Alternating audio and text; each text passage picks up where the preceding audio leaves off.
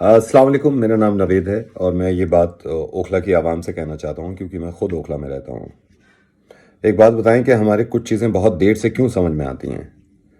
جب سے lock down announce ہوا ہے میں یہ دیکھ رہا ہوں، میں اپنی بالکنی میں جا کے دیکھتا ہوں جتنے بھی علاقے ہیں، کچھ لوگ مجھے ویڈیوز بھیج رہے ہیں، کچھ بتا رہے ہیں، بٹلہ ہاؤس، ذاکر نگر، ابو الفضل، شاہین باغ، جوہری فارم، نور نگر، اوکھلا، اب بھی ہمیں چین نہیں ہے اور ہم باہر گلیوں میں کھڑے ہیں۔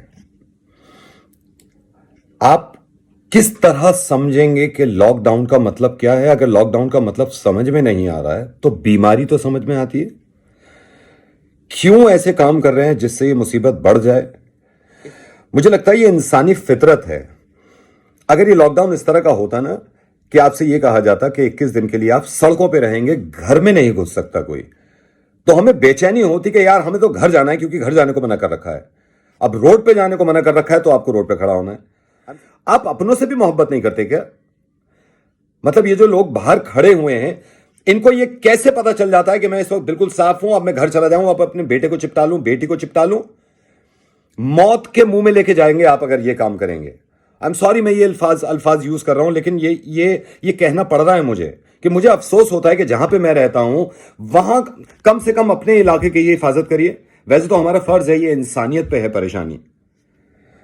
اس بات کو سمجھیے کہ زیادہ وقت نہیں لگتا ہے یہ بیماری پھیلنے میں۔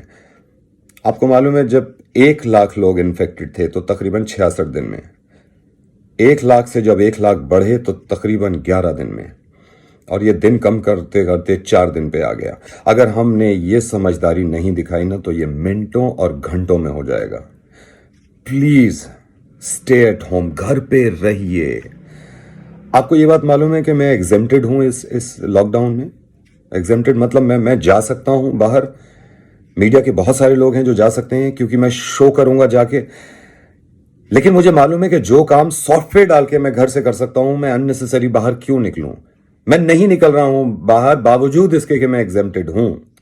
اس بات کو سمجھ لیجئے، کبھی کبھی زندگی آگے بڑھانے کے لیے رکنا ضروری ہوتا ہے، یہ سمجھ میں آ رہا ہے۔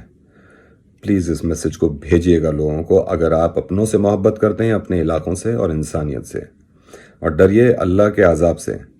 پلیز دعائیں کریں، اور اس چیز کی دعائیں کریں کہ سب کو اللہ تعالیٰ فی الحال تو اطمینان اور صبر دے گھر پہ بیٹھنے کا، اور کوئی انسان اگر پریشان ہے تو ہم کنیکٹڈ ہیں، یہ بھی اللہ کا شکر ہے کہ انٹرنیٹ چل رہا ہے، یہ بھی اللہ کا شکر ہے کہ ہاتھ پیر سلامت ہیں۔ پلیز یہ میری ریکویسٹ ہے سارے اوکھلا کے لوگوں سے، یہ مت کریے۔ اگر آپ کو کوئی پولیس والا دیکھ بھی نہیں رہا تو مت گلیوں میں کھڑے ہوئیے، کیونکہ آپ کو معلوم نہیں ہے کہ وائرس یہ کہاں تک پہنچ سکتا ہے اور کیسے کیسے پہنچ سکتا ہے۔ میں امید کروں گا انشاءاللہ اس بار آپ کے بات سمجھ میں آ جائے گی۔ اچھا نہیں لگتا مجھے جب پولیس والے ڈنڈے مارتے ہیں جب بات سمجھ میں آتی ہے۔ یہ ڈنڈا اتنا خطرناک نہیں ہے، وائرس کی چپیٹ میں اگر ایک انسان بھی آ گیا نا تو بہت زیادہ خطرہ ہے اس پورے علاقے کو۔ محفوظ رکھے اللہ تعالیٰ ہمیں، اور جلدی اس بلا سے نجات مل جائے۔ دعا کریے گا ایک دوسرے کے لیے، اور کوشش کریے گا کہ کوئی اگر پریشان ہے جس کو روزمرہ کی زندگی میں کچھ چاہیے تو سوشل میڈیا سے کنیکٹڈ رہیے، آپ سوشل میڈیا سے۔ آخر میں یہ کہنا چاہتا ہوں کہ پورا اوکھلا ایک ہو جاؤ اس وقت، لیکن الگ الگ رہ کر۔ اس بات کو سمجھیے گا۔ جزاک اللہ خیر، خدا حافظ۔